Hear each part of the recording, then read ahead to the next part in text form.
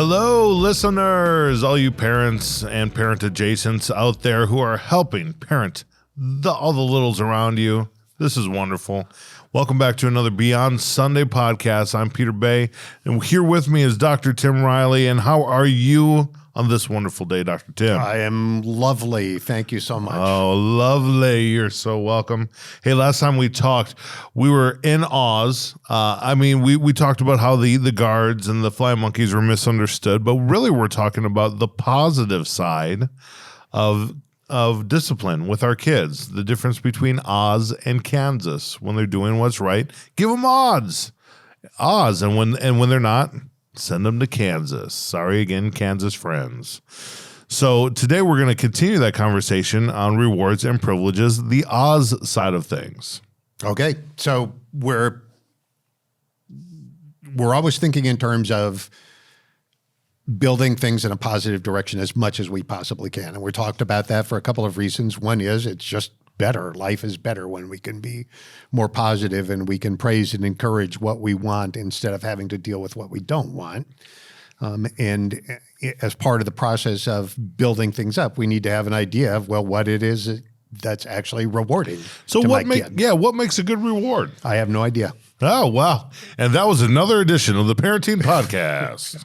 Well, it's not strictly true that I have an idea in general terms, but I don't have an idea in specific terms. Like way back when we talked about chocolate as a motivator. Chocolate's a motivator for me, like those little brown bars that come from Pennsylvania that have almonds. Especially the almonds, especially you said. Those, yep.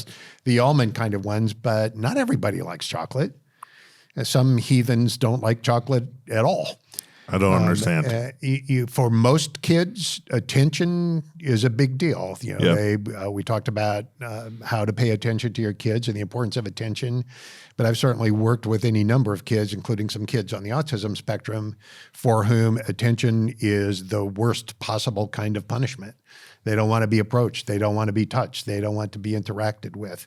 So it's not that we can identify ahead of time what's going to be motivating for a particular kid.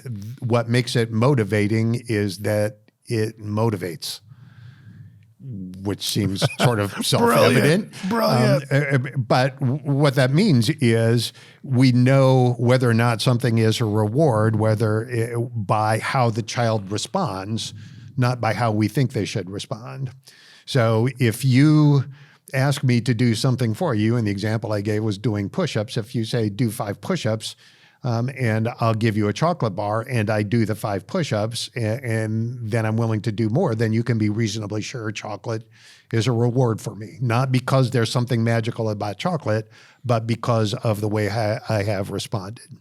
So, some kids I know, a particular kid I'm thinking of who's on the autism spectrum, I spent half a day trying to figure out what I could use to reward him with. I used sound, I used toys, I used edibles, I used all kinds of things, and finally figured out what he wants more than anything is to get away from me. Mm-hmm. And so once I made him completing a task, the behavior he needed to do to avoid me, he was willing to do the task. Wow. So I identified what the reward is, and the reward in this case was the absence of me, which turns out to be a reward for a lot of people in my experience, actually. I've always felt that too, Tim. Now, I do want to go back a little bit. Today, the word edibles means different things to different people. So were you giving the kid weed edibles, or that's what you attempted with? The sort of gold standard in those situations is M&Ms. Yeah. Oh, okay. Yeah. Different types of edibles. I just wanted to clarify that. I didn't know if things have changed that much in your world, but so figuring out what works for that specific person. So what works for me, and I remember early on dating my wife, I talked to a buddy because I was like, man, what kind of stuff works for you when you, like, if your girlfriend's having a down day? And he's like, it's easy. Poems. He said poems and flowers always work. And I was like, oh, I can do those. I love writing poems. They may not be the best, but I love writing them. So I'm like writing these poems. Carissa didn't care at all about poems. I got her flowers. She let them die on the floor. She didn't care at all about flowers. I went back to my buddy. I was like, you're so wrong. But for every person, different rewards work differently. So that makes a lot of sense. Yeah, I mean, the title of the book is First the Broccoli, Then the Ice Cream, which implies, I have to force you to eat broccoli and then you get your ice cream. But for some kids, broccoli, Delicious. yeah, and it can be, or you can actually train somebody to, find something reinforcing. Longer conversation. Right. You had broccoli and cheese. You had, I should say, bacon and cheese to broccoli. Wonderful. Yeah. Wonderful. So if it's not automatically evident, the best way to know is to watch what your kid does. Okay. If they have a choice of foods, what do they choose to eat? That's likely to be a reward, a reinforcer for them. If they have a choice of activities, what do they choose to do? If they have a choice of associates, who do they choose to hang out with? All of those are things that you remember and say, okay, I want them to have all of those things. I just don't want them to have them free. I want those to be the things that they work for, because what they're telling you by that is I'm willing to work for these things. So those are rewards. What is a privilege? We talked about this a little bit a couple of sessions ago. I think it's, in my mind, it's easier to define what's not a privilege than what is. So the things that are not privileges are unconditional love, right, and security, nutritious food, appropriate clothing, warm place to sleep. That's the whole list. So yes, everything else must be earned. This is where we talked about, like, that includes Wi-Fi and your smartphone and your bike and the basketball and any of those other things beyond the love, protection, food, clothing, your kids warm are, place to sleep. in my opinion anyway, entitled to your affection, but that doesn't mean they're automatically entitled to your attention, for example. That's a different thing. That's a privilege. Got it. So rewards and privileges, we've established that. Is it okay to remove privileges? Not only okay, but essential. Oh, tell me more. If we're going to establish an Oz, Kansas environment, right, that implies that if you're not doing what you're expected to, everything that's a privilege goes away. Got it. But what if that kid's like, this is my cell phone. You can't take my cell phone away from me. I can understand how you feel that way. And it's gone. Cell phone gone. I mean, there's nuances within that, obviously. I mean, I don't like people to get into physical confrontations about possessions and things like that. And that's a part of when we talk about how you can operate disciplinary interactions. If you say, I'm taking all of your privileges, what you're really saying is, I'm taking all of the privileges that I can reliably control. Okay. Because if I tell you I'm going to take something and then I can't take it, now I'm demonstrating myself to be ineffective, right? So if I tell you I'm taking your cell phone, I have to have a meaningful way to take a cell phone. But people get all caught up in trying to figure out, proportionality and trying to make the punishment fit the crime or whatever, and all of these complex ideas. I don't want to work that hard as a parent. You either have your stuff or you don't. And when I say you don't, it's nothing. You get nothing, but it's not for very long. Right? As we talked about before, that's the repetition element of things. And the other thing that people are inclined to do is say, I'm going to take all of your stuff for 2 days or 2 weeks or 2 months or until you're 28 or until your first child is born or whatever it is. And there's no way in the world you're going to enforce all that. Basically, what you do is teach your child to bootleg privileges. Right. Yeah, they're going to sneak it. So short is good. And we'll talk about that a little bit more. So we're thinking more brief, short, less like Rumpelstiltskin in 12 years when you have a daughter that she's going to prick her finger, don't make it so complicated. Maximum contrast, but a short amount of time for more repetition. Okay. So when do I deliver these consequences? So we are biologically created to associate whatever happens within half a second after our behavior with that behavior. So if there's no language, there's no practice, there's no other thing that intervenes, whatever happens half a second after I do something is what's going to stick in my mind. This is particularly true for little kids. So if a little kid cries and you pick them up, then they will believe that crying gets them picked up, right? If a dog jumping up on your leg gets you to pet them, count on them jumping up on your leg more, because gross. that's what it's produced for Yeah. them.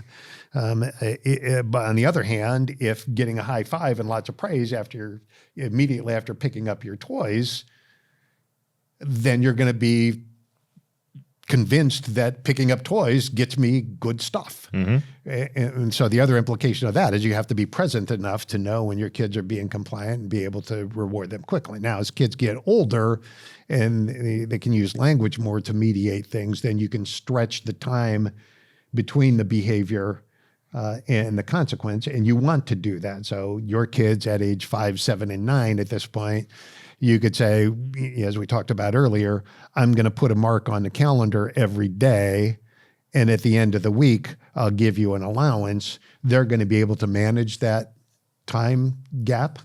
So there's no one answer to when. It's immediately to shape up the behavior when kids are younger, and then begin to stretch it out so they can learn how to bridge the time gap between doing something and getting something. Okay. So when if we give dinner to the kids and they complain about it, and I have a couple options. I can immediately say, this is the food you have. This is what we're eating. Or I can immediately give them something else.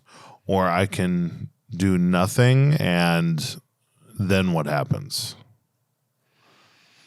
Well, I guess it depends to a certain extent, but the likelihood is that the behavior will escalate until something happens.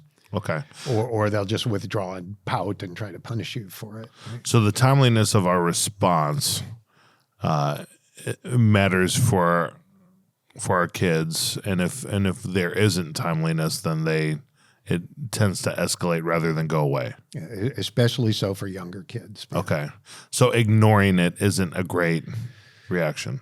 Ignoring is a perfectly reasonable response to some behaviors, right? Depends on how willing you are to tolerate them. Basically, there are two ways to respond to behaviors you don't like. Either ignore it, and if your attention has been part of what's been reinforcing, rewarding that behavior, then chances are pretty good it will fade out because it's no longer producing attention.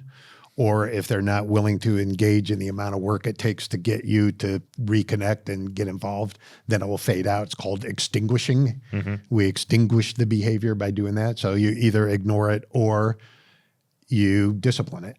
You provide some consequence to it. So those behaviors you can tolerate that are annoying, but they're kind of okay with you. Ignoring is not a bad idea, and you can just see if it fades out on its own. If it doesn't, then you have to be more assertive.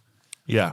So I remember the story you gave of the kid going around the family function, family sitting in a circle, and the kid's going from person to person making faces.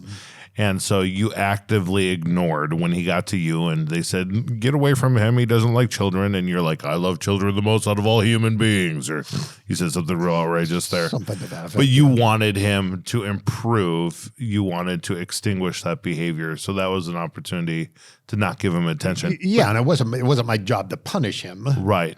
Right? That's for the parents. But it was certainly my job not to encourage obnoxious behavior. Yeah, but that was an active choice. So that was an immediate response. Yeah. Was to ignore. Yeah. Okay, so right away, as soon as possible, intentional there.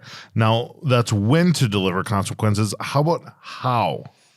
The how aspect of things, again, depends on whether you're providing a consequence for a behavior you like or a behavior you don't like. So responding to a behavior you do like should be big. It should be Oz-like. It should be demonstrative. If Benton does something you like, you should be doing the Benton happy dance and, behaving in a way that you'd be embarrassed to do in public.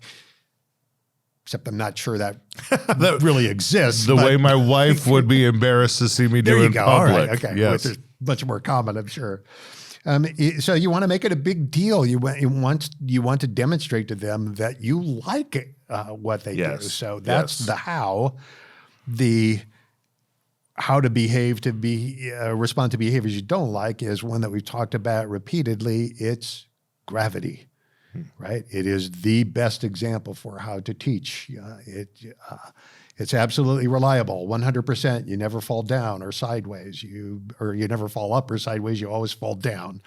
Doesn't give you warnings. Doesn't give you second chances. Doesn't get mad at you. You just respond, right? That's what you want to cultivate in terms of reacting to behaviors you don't like. If you get emotionally engaged, if a kid sees you get emotionally engaged, they will use that against you. Yes. It not only allows them to manipulate you, but also has a reasonable chance of getting you distracted from whatever the real issue is. So the additional thing that happens sometimes is parents will wait too long to respond to a behavior, and then by the time they do, they're angry and they do too much. They overreact, and now their kid is justified in saying, you're working me over for this minor infraction here. So always best to cultivate that sort of gravity model. Yeah, you in your book you mentioned the emotional vampire. What's that about? And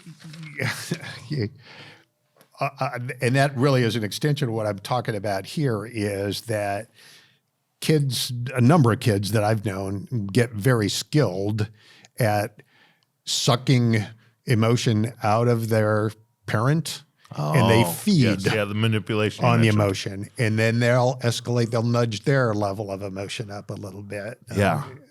In fact, I remember doing that as a kid. And looking back on it, I'm embarrassed I did this, but like I knew what buttons to press for my dad. Yeah. And I also knew that my mom thought it was funny. And so double bonus. It was a double bonus because I got my mom to laugh and I got my dad angry, and then I'd put them against each other, and I got to just slither off into the darkness and escape. Keep in mind that you have like things to do, right? You've got a house to take care of. You're getting ready to move. You got to prepare for all of that. You got to pay the bills. You got to come to work. You got to fix the car. You got to all of that kind of stuff. Your kids have all day to figure out how to jerk you around. And it's important to them because you control most of the resources, most of the things they want. So they're going to look for the most effective ways to get you to deliver those things. And if they can get you to deliver by pushing you and being obnoxious, they will do it. Then you have identified what is reinforcing for them. Okay. So you said when, as soon as possible, how to deliver. It's happy dance, gravity. There you go. Happy dance and gravity. And it's also the like actively ignore the behaviors that are not damaging, but then respond or punish, gravity, the ones that need to right away. Yeah. The two ways, as I mentioned before, in general, the two ways that you're going to respond to behaviors you don't like are you're going to ignore it. Mm-hmm. And most of the time, maybe that's not fair, but some percentage of the time that will be enough and the behavior is no longer being rewarded, so it fades out or extinguishes. If that doesn't happen, or it's a more serious infraction, then the other response is to punish it or to begin a disciplinary process, right? So punishment is the first step in discipline. It's not discipline in itself. Okay. So we have the when, we have the how. Now give us a plan. Okay. So what we're going to do now is approach sort of step by step. First of all, what are the guidelines for delivering discipline in an intentional way? And then we'll go through a 4 or 5 step process to just kind of clarify it. And then we'll talk about the actual instruments that we'll use for doing that. One instrument, one specific approach for younger kids, and then one approach for older kids.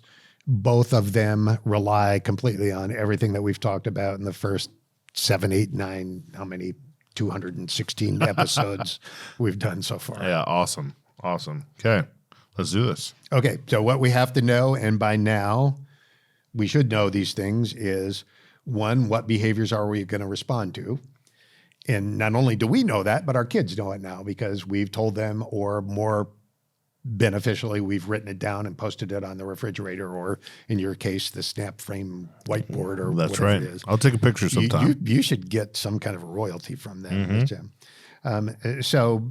And then you're going to know how you're going to respond. You're going to know that, okay, if a natural consequence happens, I'm going to let that go. If I can come up with a logical consequence, I will do that. If not, I'm going to enter into this more formal disciplinary process. So that means, what are we going to discipline? Is, we know broken rules, right? Anything that you want can be a rule, can be an object of discipline, but not everything should be, because if the list gets too long, you're not going to be consistent. If you're not consistent, you're not going to be effective.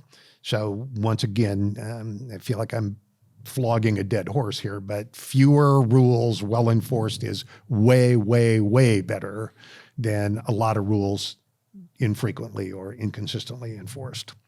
So, what I hear a lot from parents is, I'm going to pick my battles.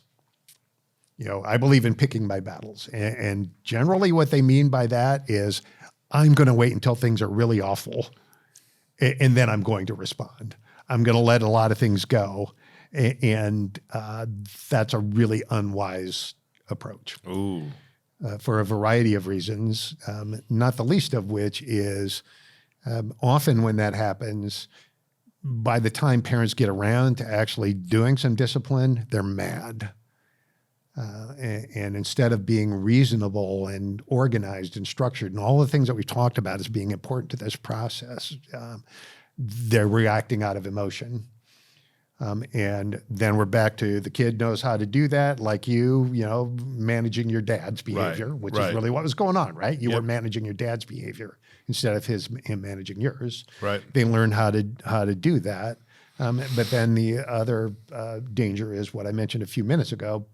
Parents are at risk of overreacting, right? Because now I'm mad. I'm upset with you because you did this big thing. And then they say, that's it, you're grounded until you're 25 or whatever, something that they have no real hope of enforcing. And then they just look ineffective to the kid. So better to focus on what I refer to as creating a culture of compliance. And the example that I'd go back to on this is back in New York City in the 90s. They hired a new police commissioner, and it's a guy they brought over, I think, from Boston. And first he ran the subways. And he got into the subways, and there were like 170,000 people a day jumping the turnstiles and skipping their fare. The subway was covered with graffiti. People were urinating on the platforms. There was all kinds of lewd behavior going on. And so, petty theft and more severe stuff. And so what do you think the first thing he responded to was out of all of that? Hopefully the urination. Graffiti. Oh, well, all right. He started, anytime a car got graffiti on it, he pulled it off the tracks and painted over or whatever, because graffiti is kind of a multi-step process most of the times. And so before they could ever get to it, he'd have it covered up and back on this. So he took away the payoff for that, and then set up police stations all over the place. And they started arresting people who were jumping the turnstiles to skip their, at the time, like $1.25 fare or something like that, which doesn't seem like a big deal, right? Compared to all of these other things that are going on. But they found out that when they started arresting those people, a good percentage of them also had other arrest warrants, other charges, all those kind of things. And things started to fall into line. Other behaviors, other problems also started to improve. So this is like, sometimes people will refer to this as the broken window approach, right? If you have a neighborhood that's got a broken window somewhere and it doesn't get fixed, other property will start to decline in that neighborhood. So by enforcing those things and, citing the guys who were washing the windows and demanding money in traffic and all those kind of things, crime dropped considerably as a result of them taking care of relatively minor things. So the idea is to create a culture of compliance in your household. You get used to kids expecting that when you ask them to do something, you're serious about it. You expect them to do it. So it's the opposite of pick your battles or don't sweat the small stuff. It's actually, no, if we do the small stuff really well, the big stuff will follow. Yeah, it's picking your battles. It's just, they're all your battles. Yes. Right? Non-compliance is your battle, right? You don't grade levels of non-compliance. You're either listening to me or you're not. If you're listening to me, life's great. If you're not listening to me, life's not great. Life's Kansas. Well, I think we've seen that in each of our habits. If I'm like, whenever I try to do a diet, I'm like, I start getting off of it normally when I say, you know what? It's just a fun sized little candy bar. Like it's just a little piece of chocolate. I'm good to go. And then like later, next 4 are fun size. yes, too. then it's 4, then it's 12, and it just grows kind of exponentially. So that's interesting what you're saying about like jumping the turnstiles. They had other crimes. This also, from a pastoral point of view, I read a study, and it was on pastors or church leaders who had fallen into like an affair. And they did a study on all these church leaders who had affairs. And they're trying to trace back what it was that caused these affairs. And their guess was it was something like, they didn't have rules in the workplace. Like they could have one-on-one meetings with people of the opposite gender, or maybe it was what they were searching on their computers. Maybe it was pornography. Maybe it was all these big things. But what they actually found out was that the tying theme to these folks was, to the folks who had affairs, they had stopped having regular time in God's word, which was actually something much smaller that can take a couple minutes a day. Yeah, but it's sort of compliance in a way, right? It's discipline. It is. It's discipline, and it's focusing on the little thing that really changes over time how we act. Yeah, so you can take this out of like a business world. This is, and they use the same terminology in psychology. It's the foot in the door technique. And it's demonstrably true on the basis of research that if you ask somebody to do a small task and they agree to that task, the probability that they'll do the next big thing you ask from them is much, much higher. So this is why you get, a nickel in the mail from somebody that's asking you for some donation or whatever. They're asking you to do a little thing, and then the next ask is bigger. So if you establish a culture of compliance in your household, if your kids get used to the fact that if you say, please put your sink in the dish or dish in the sink now, it's a little harder to do the other way, that you expect that they're going to do it. And they're not going to get off the hook until they do, then the likelihood is the next request that you make from them is going to be followed. Yeah. And now you build that habit until you end up not dealing with those things. Not only that, but it's one heck of a lot easier to enforce putting your dish in the sink than it is, clean up your bedroom. Right. So you've got a more reasonable chance that you're going to affect compliance and start building in the direction that you want in terms of culture. Yeah, I think that phrase culture of compliance, it's really dependent on that parent being aware and being present to see these things. Yep. Like you said earlier, when they pay attention or pay the price. When they put the dish in the sink, thank you for putting the dish in the sink. So every one of those is cheered on, and it starts to build trust. When I think about the example I gave earlier, it's like when I'm in the Word every day, I have a more consistent connection to my Creator, to God the Father. And when I have a more consistent connection to Him, I'm going to think more about how I live my life as an act of worship each and every day. And so it all builds on itself, but it is truly a culture of compliance. It's not just a happenstance or we hope it works or whatever. It's an intentional culture is what I'm hearing from you. Yeah. There are individual expectations, but the broader expectation is, you go along with this. You contribute to the household. You comply with adult instruction. All right.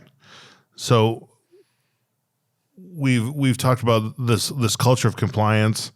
It's not unintentional or accidental. How about like if I ask my kid to do something, so put the dish in the sink or the sink in the dish, either way, I've asked them to do something, they don't do it. Or I come back 3 minutes later and they still haven't done it, then what? Anything that you decide as I mean, that specific instance to me that's no brainer, right? Because that is one of the categories that should always be the object of discipline. And that is, you didn't follow a direct instruction. You do not want to put your kids ever in the position of feeling like it's okay for them to not follow a direct instruction from you. What you say is important, and it's potentially seriously important, right? Is stay out of the street is seriously important. Keep your tongue off the frozen pole is potentially important. So the next thing that happens is you initiate a disciplinary procedure. So any failure to avoid or any failure to follow a direct instruction should be disciplined. In my estimation, anything aggressive should be disciplined. So aggressive language, aggression toward property, aggression toward pets, aggression toward other people, that should always be disciplined. I mean, those are situations where we need to do some training, right? It's you don't want a kiddo traveling down that path and thinking that it's going to be an okay way to behave. Yeah, and how to discipline those. I mean, you said that at one point we will get into a proper way to do timeouts and that kind of stuff, but say a kid is being rude or they use language like, I hate you to their mom or their dad, and that's not okay. But there's not necessarily like a natural or logical, what's a good way to handle language like that? Well, that's going to be the subject of kind of what we talk about from here on out is what's the specific kind of outline framework for how we do that. And then we're going to talk about this two specific instruments, one suitable for younger kids, one suitable for older kids. And that probably will answer your question more effectively. All right. Well, another awesome episode of learning for me. So Dr. Tim Riley, were you ever in New York in the 90s? I was not. No, You're not. I had no part in that crime spree. So you did not jump the turnstile? I did not. Yeah. Did you, do you think that the reason that the Knicks could never get over the hurdle is because all their residents were getting over the hurdle? Yeah. Jumpers. I'm sure that's it. Consequences on the Knicks. Carried forward to this day. To this day. Oh my goodness. Don't jump the turnstile or your team will never win. That's the takeaway from today's episode. Also, Dr. Tim Riley's favorite edible is M&M's, is what he mentioned, and almond, chocolate with almond. Hershey's with almonds, yeah. Oh, he even said Hershey's. Yeah. A little plug for you there. All right. Parents, thank you, and all those who listen for joining us together as parent adjacent. I like that term. Parent adjacent, as we learn better how to give a culture of parenting with our kids, with our grandkids, with the kids around us. It really matters. So keep working at it.